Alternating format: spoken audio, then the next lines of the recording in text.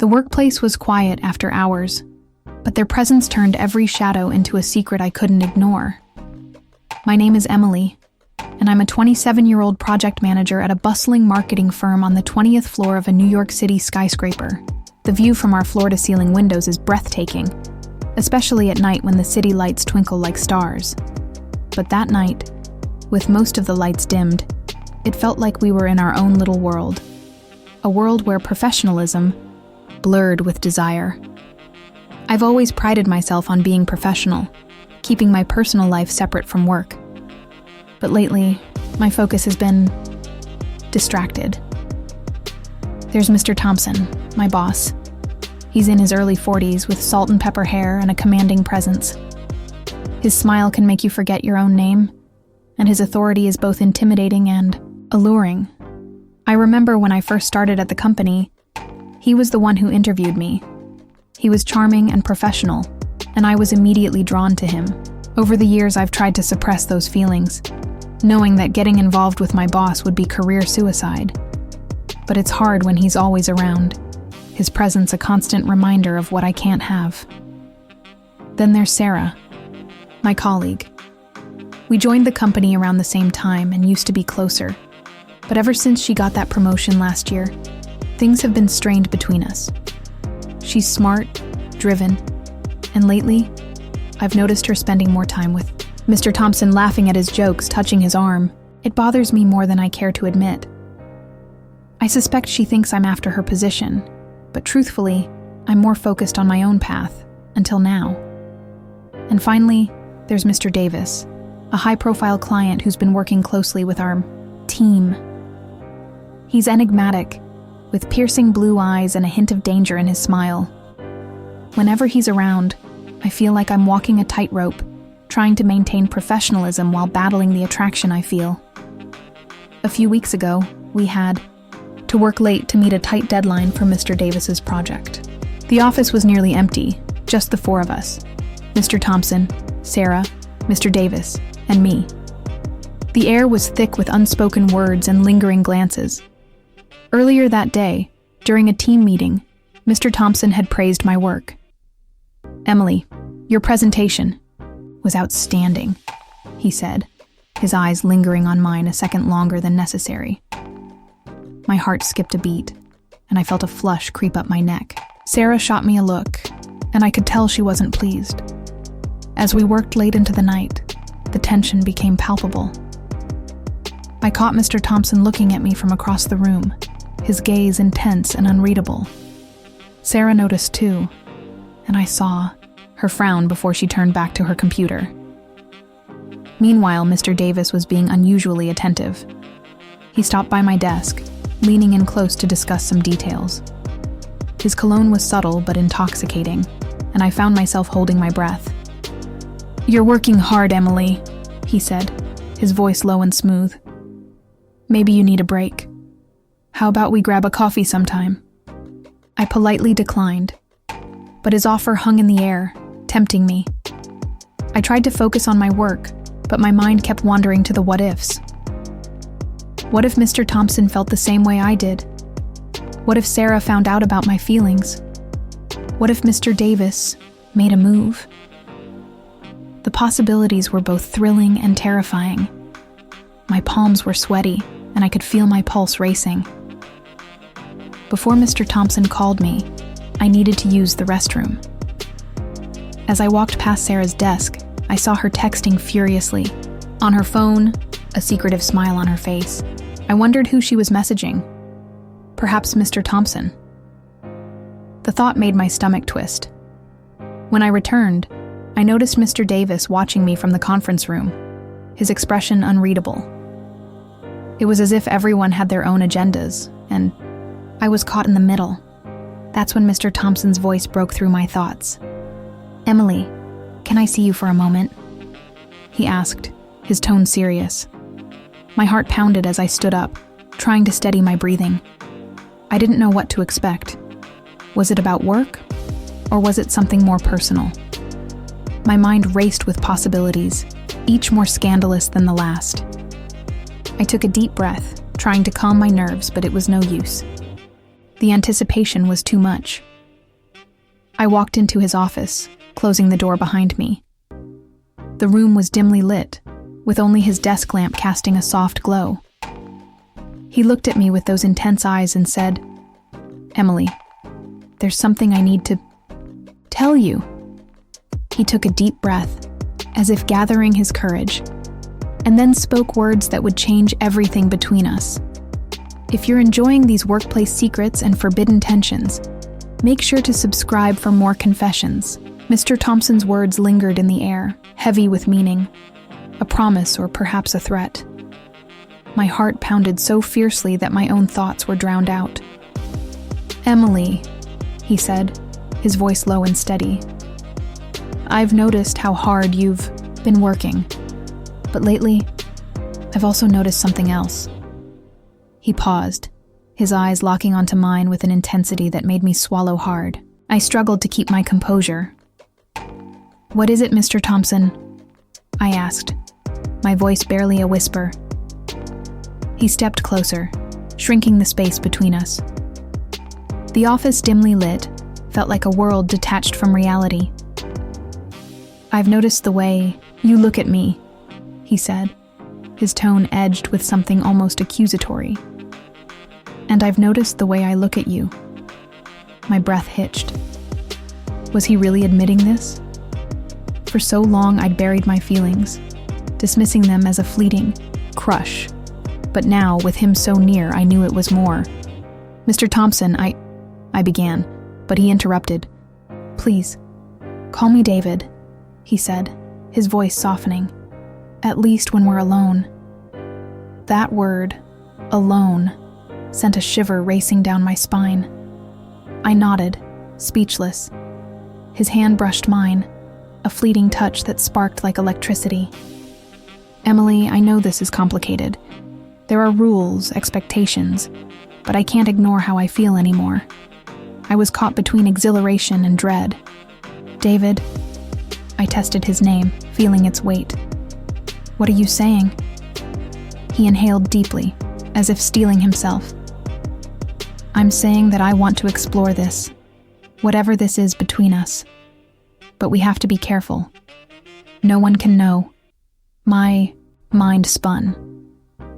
This was the fantasy I'd secretly indulged in, yet it came with every warning I'd ever heard.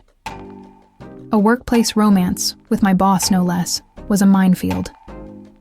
But his gaze, brimming with desire, clouded my judgment. I don't know what to say," I confessed, my voice shaky. He closed the gap further, his hand resting on my arm. "You don't have to say anything right now," he whispered.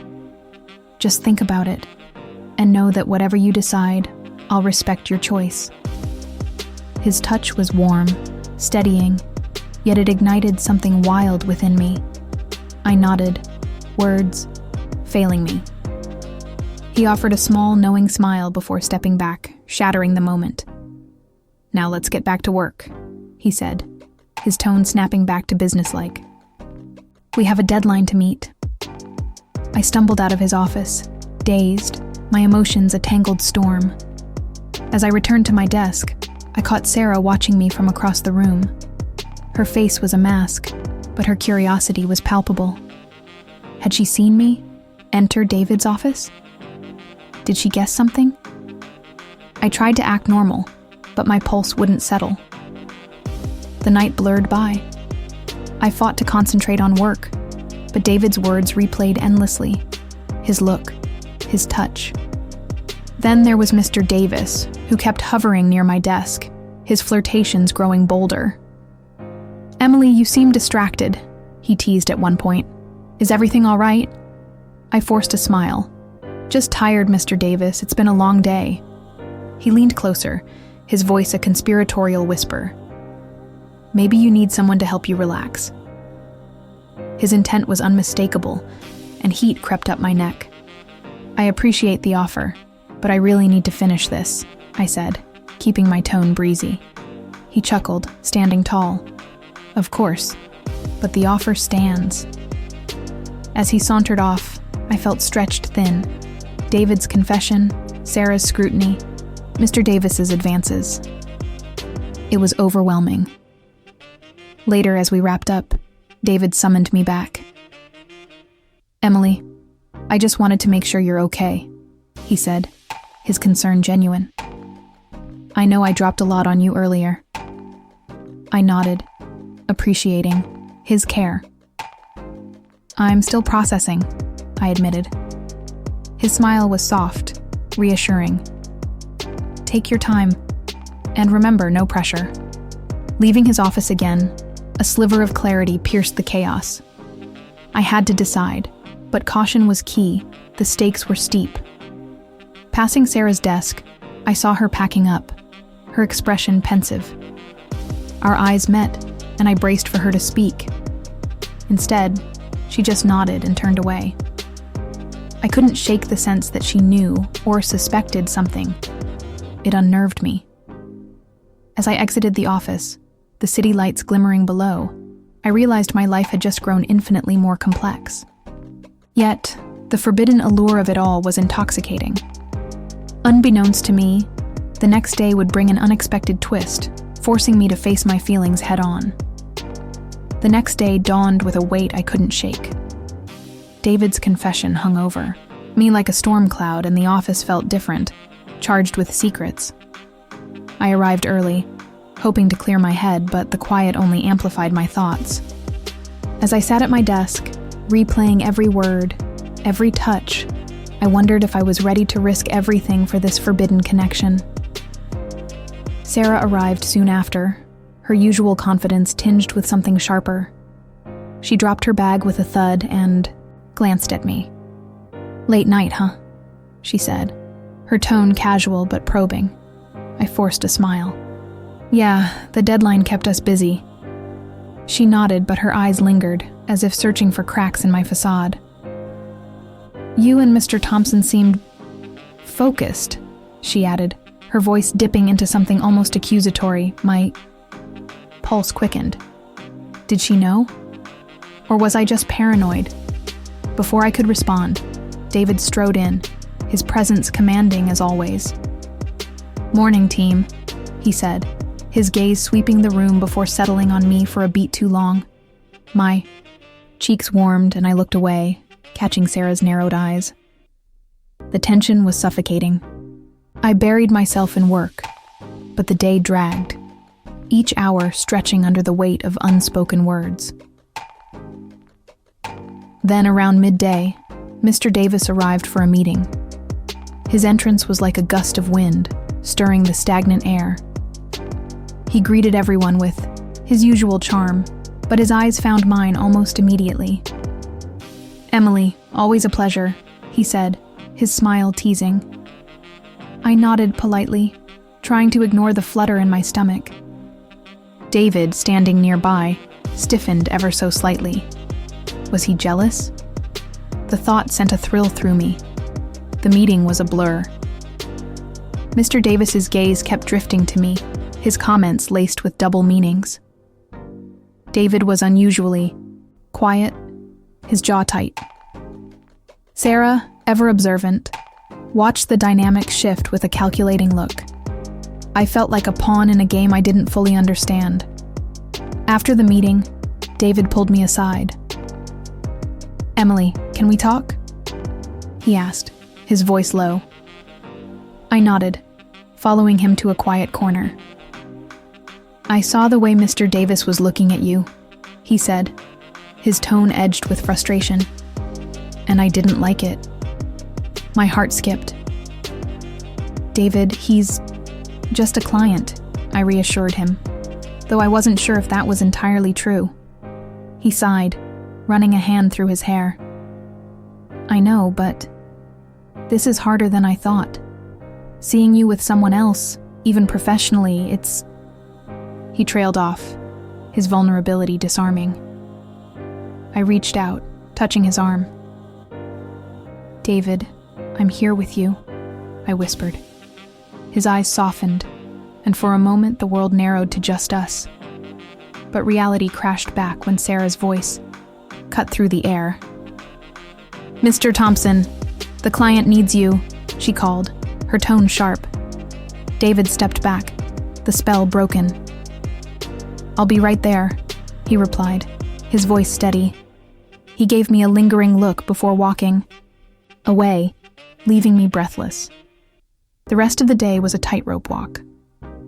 Sarah's suspicion grew palpable. Mr. Davis's flirtations became bolder. During a coffee break, he cornered me in the kitchenette. "Emily, you seem tense," he said, his voice smooth. "Maybe I can help with that." I laughed nervously. "I'm fine, really." He leaned closer, his breath warm against my ear. "You know, I've been thinking about you a lot lately."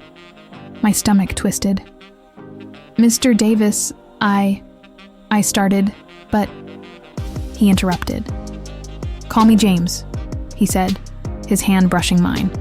I pulled back, flustered.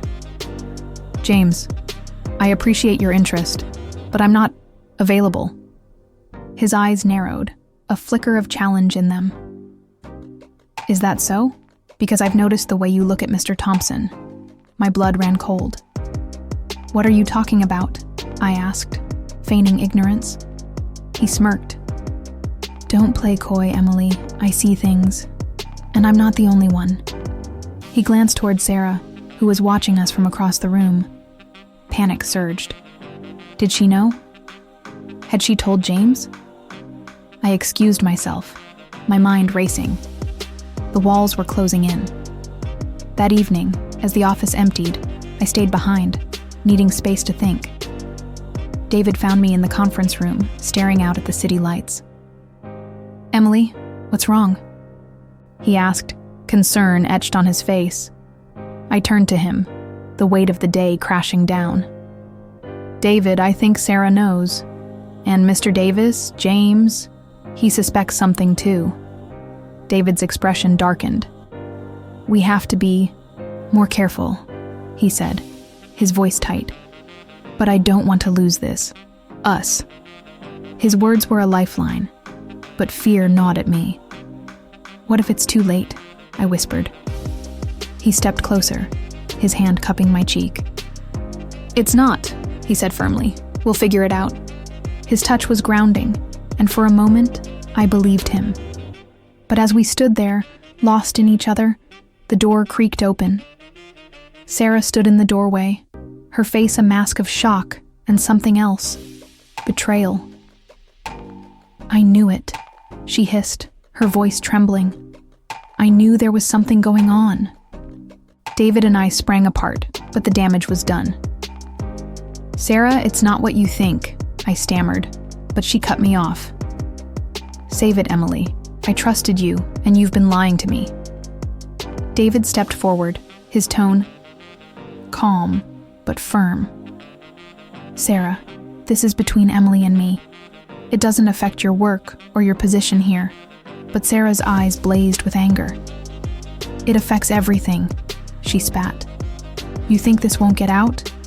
David and I exchanged a look of dread. "What do we do now?" I asked, my voice small. He took my hand, squeezing it gently. "We face it together," he said, but his eyes betrayed his uncertainty. As we left the office that night, the city's lights seemed dimmer, the shadows longer.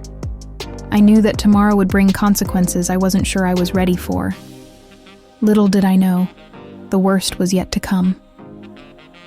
The next day dawned with a palpable tension in the air. I barely slept, my mind spinning with thoughts about what Sarah might do with the information she now possessed. David and I exchanged worried glances when we met at the office, but there was no time to talk. The day was packed with meetings and deadlines, and we had to keep up appearances. During the morning, Sarah was unusually quiet. She didn't make eye contact with me and avoided David altogether. This made me even more nervous. She was plotting something, I could feel it. Meanwhile, James continued with his subtle advances, but I was too distracted to give him any attention. At lunch, I decided to confront Sarah. I found her in the break room, alone, stirring her coffee. "Sarah, can we talk?" I asked, my voice trembling. She looked at me, her eyes cold. "What's there to talk about, Emily? You've already made your choice."